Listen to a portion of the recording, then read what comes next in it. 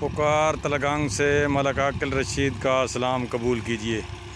ये देखें जनाब, आज मूंगफली की ऊपर जो है ना जड़ी बूटियों का स्प्रे किया जा रहा है और बहुत ही ज़बरदस्त तरीके से ये देखें स्प्रे हो रहा है। और मौसम ने भी आज साथ दिया और ये जो जड़ी बूटियां हैं ना मूंगफली में वेड़ी और पंजाबी ज़बान में इसको राड़ी कहते हैं, तो इसका स्प्रे जो है ना आज ये किया जा रहा है।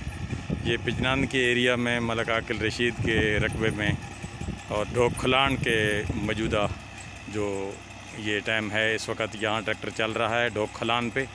तो ये आप मुलाज़ा फरमा सकते हैं कि बड़े अच्छे तरीके से स्प्रे जो मशीन है ये स्प्रे कर रही है और ये जड़ी बूटियों का स्प्रे जो है ये जारी है।